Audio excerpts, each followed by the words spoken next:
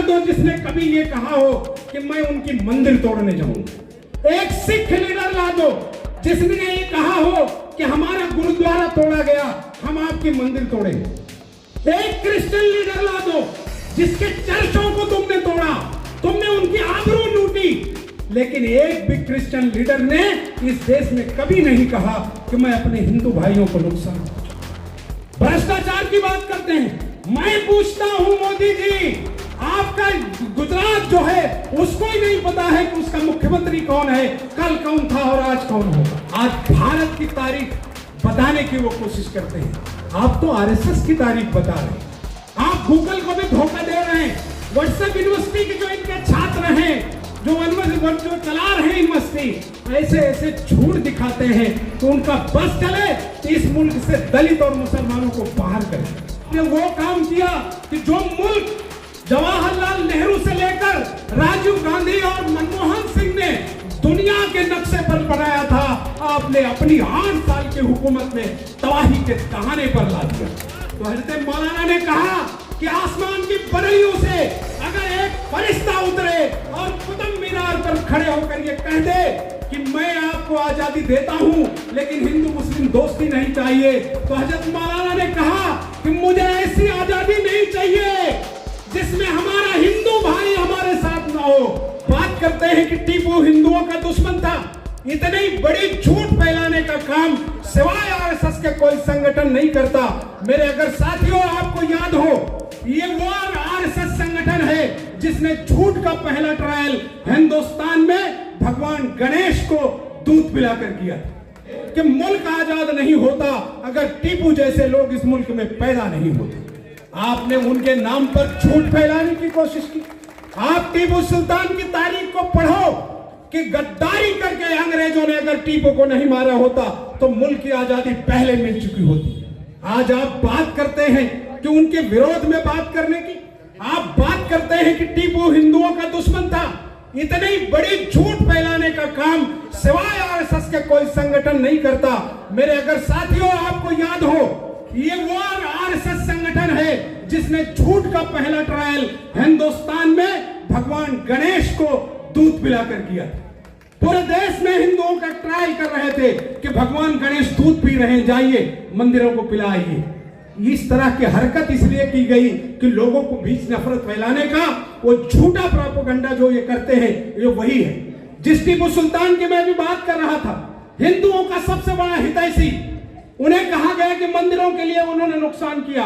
भगवान विवेश्वर की मंदिर टीपू सुल्तान के घर के सामने था और उसमें खेल कर बड़े होकर टीपू ने अपना पूरा बचपन निकाला।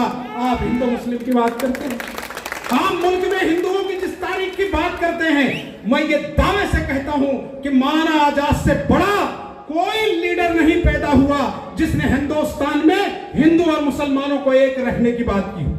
अंग्रेज के दलाल, अंग्रेजों के साथ काम करने वालों ने मौलाना से उस वक्त कहा था कि हजरत मौलाना आप इस मुल्क की एकता से हट जाइए, आप हिंदू मुस्लिम दोस्ती से हट जाइए, हम आपको मुल्क आजाद कर देंगे। तो हजरत मौलाना ने कहा कि आसमान की बरलियों से अगर एक फरिश्ता उतरे और कुतुब मीनार पर खड़े होकर ये कह दे कि मैं आपको आजादी देता हूं लेकिन हिंदू मुस्लिम दोस्ती नहीं चाहिए, तो हजरत मौलाना ने कहा कि मुझे ऐसी आजादी नहीं चाहिए जिसमें हमारा हिंदू भाई हमारे साथ ना हो। वक्त ने बदली है करवट, इनकलाब आने को है, एक एक लम्हा मुबारक होगा सुबह शाम का। कुव्वते जमहूर जब बदलेगा दस्ते सितम तो हम रुख बदल देंगे गर्दिशे क़याम का।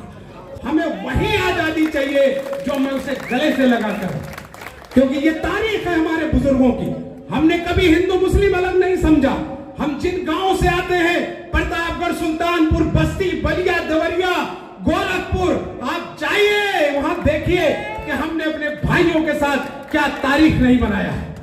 आपने तो नफरत की तारीख पैदा की।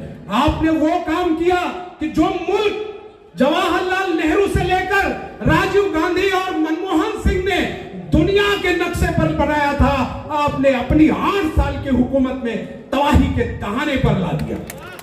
लोगों से आप कहते हैं कि कांग्रेस 70 साल से राज कर रही है, 23 साल आप थे, 8 साल अभी का ले लीजिए, 6 साल अटल जी का ले लीजिए, 14 साल आप जो है दूसरे लोगों का ले लीजिए, तो 23 साल की झूठ में अपने को भी जोड़ लेते हैं कि चूंकि हमने कुछ किया नहीं है तो 70 साल का पूरा टिगरा कांग्रेस के सर फोड़ दीजिए।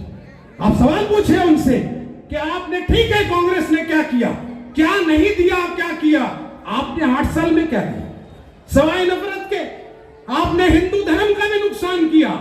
आज किसी अच्छे ब्राह्मण से आप जाके मिलिए, किसी धर्म गुरु से मिलिए, किसी मंदिर के पुजारी से मिलिए, पूछिए उनसे कि धर्मों का कितना नुकसान इन 8 वर्षों में हुआ है। गंगा हमारे शहरों से गुजरती है, लाखों हेक्टेयर जमीन पर गंगा का पवित्र पानी बहता है, हजारों हेक्टेयर जमीन पर हम अपनी काश्तकारी और किसानी करते हैं। हमने तो कभी नहीं कहा कि हमारा हिंदू धर्म से रिश्ता नहीं है, हमारा रिश्ता है।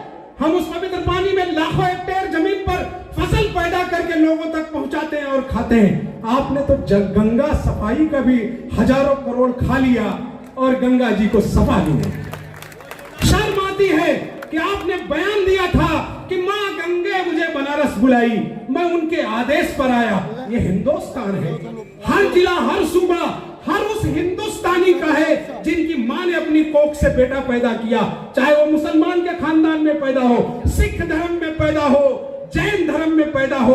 भारत की एक एक इंच जमीन पर, भारत के हर मजाहिब पर हर एक भाई का हक। ऐसे एक बड़े मन में बैठो, कुदरत को ये दूरी मंजूर नहीं, कुरान से गीता दूर सही, इंसान से इंसान दूर नहीं। आज भारत की तारीख बताने की वो कोशिश करते हैं। आप तो आरएसएस की तारीख बता रहे हैं, आप गूगल को भी धोखा दे रहे हैं। व्हाट्सएप यूनिवर्सिटी के जो इनके छात्र हैं, जो चला रहे हैं यूनिवर्सिटी, ऐसे ऐसे झूठ दिखाते हैं कि उनका बस चले तो इस मुल्क से दलित और मुसलमानों को बाहर कर दे। 5% आप हैं, 5% आरएसएस के लोग, लेकिन नफरत की राजनीति में वो 95% है और आप 5% काम करें। आपको भी चाहिए कि जवाब देने के लिए आप 95% हैं। इस मुल्क में दलित, ओबीसी, मुसलमान जिस तरीके से काम करता है, आपको उसके साथ खड़ा होना चाहिए। और मुझे फख्र है कि हिम्मत सिंह पटेल 5 सालों में अपनी तारीख बनाया, आपके लिए काम किया, जबकि पूरा भारत जानता है कि 27 वर्षों में पूरे गुजरात को बर्बादी के कगार पर ला दिया है। मैं पिछले 15 दिनों से आपके राज्य में ऑब्जर्वर हूं, अलग अलग गांव में गया, अलग अलग जगहों पर देखा, मुझे डेवलपमेंट का काम तो नजर नहीं आता। भ्रष्टाचार की बात करते हैं। मैं पूछता हूं मोदी जी, आपका गुजरात जो है उसको ही नहीं पता है कि उसका मुख्यमंत्री कौन है, कल कौन था और आज कौन होगा। आप तो उस नफरत में हैं कि आप कौमों को एक दूसरे से लड़ा रहे हैं। आप ही का शहर था, 4 दिन पहले हम मोरबी में थे, पुल गिर जाता है, मातम हो रहा है, आप ऐश कर रहे हैं, कपड़े बदल रहे हैं, अस्पताल का रंग रोगन करा रहे हैं। एक तरफ लाशें पड़ी हैं, माओ के आंसू सूखने का नाम नहीं ले रहे हैं, और दूसरी तरफ आप जा भी रहे हैं तो ऐसे आंसू निकाल रहे हैं, लगता है जैसे आप पहली बार हुए। जब वो हारने लगते हैं, जब उन्हें जवाब देने का वक्त आता है तो वो जवाब नहीं देते, अपने आंसू निकाल लेते हैं, क्योंकि वो मदारी का काम जितना बेहतर तरीके से कर सकते हैं, हिंदुस्तान का कोई सियासतदान नहीं करता। वक्त ने बदली है करवट, इनकलाब आने को है, एक एक लम्हा मुबारक होगा सुबह शाम का। कुव्वते जमहूर जब बदलेगा दस्ते सितम, तो हम रुख बदल देंगे गर्दिशे अय्याम का। साथियों, 1400 साल की तारीख है आपकी। इस्लामी तारीख में आप देखो कि आपके नबी से लेकर आज के उलमा तक, मैं जवाबदारी के साथ कहता हूं कि मैं मदरसा फैजान कुरान के पास खड़ा हूं, एक आदमी आप नहीं ला सकते जो कभी हमारे हिंदू दोस्तों का नुकसान किया, नहीं ला सकते। आप एक लीडर खड़ा कर दो जिसने कभी ये कहा हो कि मैं उनकी मंदिर तोड़ने जाऊंगा। एक सिख लीडर ला दो जिसने ये कहा हो कि हमारा गुरुद्वारा तोड़ा गया, हम आपकी मंदिर तोड़ेंगे। एक क्रिश्चियन लीडर ला दो जिसके चर्चों को तुमने तोड़ा, तुमने उनकी आबरू लूटी, लेकिन एक भी क्रिश्चियन लीडर ने इस देश में कभी नहीं कहा कि मैं अपने हिंदू भाइयों को नुकसान पहुंचाऊं। आपने खुद हिंदुत्व का नुकसान किया, आपने हिंदू मुसलमानों की तारीख को बर्बाद किया। जिस तारीख को इस मुल्क में साल से हम पहचानते हैं, वेदों के माध्यम से, धर्म के माध्यम से, मंदिरों के माध्यम से आपने उनको भी तबाही के दहाने पर ला दिया कि आज निकलने से पहले पहचान बनाने की जरूरत होती है, कपड़े देख के पहचान। जब मोरबी में पुल गिरा, बच्चे मर रहे थे, तो मुसलमान के बच्चे सबसे पहले गए, बचाने का काम किया, इंसानियत का काम किया, क्योंकि हम जिसे मानते हैं उसका एक ही चीज कहना है कि मेरी सुन्नत वो है जो तुम इंसानियत के लिए काम करो। और मुझे फख्र है कि मैं कौमे मुसलमान में पैदा हुआ, अपने नबी की सुन्नत को लेकर मैं हिंदू दोस्तों के दरवाजे पे जाता हूं और रोज उनसे कहता हूं कि बताओ तुम्हारी तकलीफें क्या है, हम तुम्हारी तकलीफों में खुद को शामिल करेंगे और उसे बेहतर तरीके से हल करेंगे। साथियों, आपका हीरो 15 से 20 मिनट में आ जाएगा। शायद आप खुशनसीब हैं कि इतनी कम उम्र में आपकी नुमाइंदगी करने के लिए संसद में एक ऐसे जाबाज को भेजा है कि अगर आप अपने घरों में सोए हैं तो भी आपकी बात संसद में आपका बेटा रखने वाला है। यह आपके लिए फख्र की बात है। मैं गुजरात में देख रहा हूं कि किस तरह के काम हो रहे हैं। मोदी जी, आपके लोग 27 साल का हिसाब क्यों नहीं देते? अपना मैनिफेस्टो निकालो और 27 सालों में आपने क्या किया वो 27 साल तो बताओ। आप 50 साल कांग्रेस का पूछते हैं। भाई, जिसने किया उसका हिसाब खुला है। अगर खुला नहीं होता और 27 का आप और 50 के मेरे काम, तो जो बेचने का काम कर रहे हैं कहां से? दहेज में तो नहीं आया था ना आपके?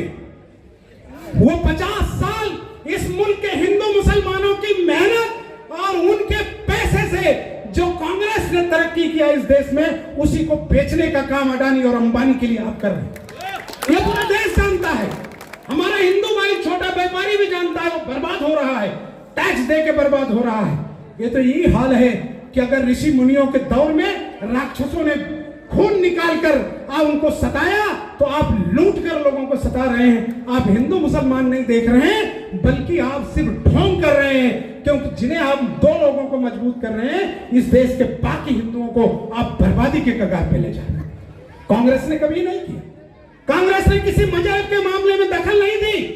कांग्रेस ने पार्लियामेंट में एक भी लॉ अमेंडमेंट नहीं किया जिसमें हिंदू धर्म के लोगों को तकलीफ पहुंची हो, मंदिरों के लिए तकलीफ पहुंचा हो, गिरजाघरों के लिए तकलीफ पहुंची हो, या मस्जिदों के लिए तकलीफ पहुंची हो। लेकिन आप तो सब कर रहे हैं। आप तो तबाही का वो बीज बो दिया आपने कि हमें इसे सुधारने को 50 साल लगेंगे। भारत की उस संस्कृति जो भगवान राम को इमामुल हिंद कहता था, इमामुल हिंद इसीलिए कहा कि राम इमामों के इमाम है। ये कुरान कह के लोग कह रहे हैं, ये उलमा कह रहे हैं, ये मौलाना आजाद कह रहे हैं, और आप नफरत की बीज करके मुसलमानों को अलग, हिंदुओं को अलग कर रहे हैं। क्या इस देश की संस्कृति नहीं रही है कि हम एक दूसरे के त्योहारों में शामिल होते रहे? क्या मुसलमान दिवाली का त्योहार नहीं मनाया? क्या मुसलमान इस मुल्क में मंदिरों में बनने वाले जो उनके चीजें हैं उनमें काम करने के लिए नहीं गया? क्या मुसलमान मजदूर इस मुल्क में कपड़ा बनाने से लेके हर छोटी चीजों में शामिल नहीं रहा? आप कितने लोगों को अलग कर दें? क्या आज इस मुल्क में लोगों के लिए खून देने का काम अगर हमारे आबो अजदाद ने न किया होता तो क्या मुल्क आजाद होता? मुल्क की आजादी मैंने आपको बताया कि 1857 से लेकर 1947 तक आपके उलमा, आपके लीडर और आपके साथी इसीलिए कत्ल किए गए क्योंकि मुल्क की आजादी आपने मांगी। मुल्क की आजादी आपने मांगी थी, और आपके जो बड़े मदारिस थे, चाहे वो बरेली शरीफ हो, चाहे वो देवबंद हो, सबने फतवा दिया था कि मुल्क के अंग्रेजों को तबाह करो और अंग्रेजों को इस मुल्क से भगाओ। ये काम उन्होंने किया। तब इनके आबो अजदाद क्या कर रहे थे? इनके आबो अजदाद उस वक्त भी दलाली कर रहे थे, अंग्रेजों की गुलामी कर रहे थे, और अंग्रेजों की दलाली करके इस मुल्क को जो और पहले आजाद हो जाता अगर इन्होंने दलाली नहीं किया होता। ये निजामुद्दीन राही नहीं कह रहा, ये कांग्रेस के पार्टी के लीडर नहीं कह रहे, ये मुल्क में जो डॉक्यूमेंट्स हैं, जो पेपर्स रखे हैं, जो इनकी अदालतों ने फैसले दिए हैं, वो इनके पास रखा। आप तारीख पढ़िए, डॉक्टर विशंबरनाथ पांडे इस मुल्क का बड़ा इतिहासकार रहा है। कभी मौका मिले तो बच्चों से कहना कि गूगल सर्च कर और बता कि इस मुल्क में इनकी क्या तारीख है, तो आपको समझ आ जाएगा कि मुल्क में आपकी क्या तारीख है। तो आपसे एक ही बात कहने आया हूं, मैं तो कल परसों चला जाऊंगा, लेकिन रहना आपको है, मोहब्बत आपको बांटनी है, अमन और भाईचारे का काम आपको करना है, क्योंकि जिस नबी की आप सुन्नत हैं उसने कभी दंगा फसाद नहीं चाहा।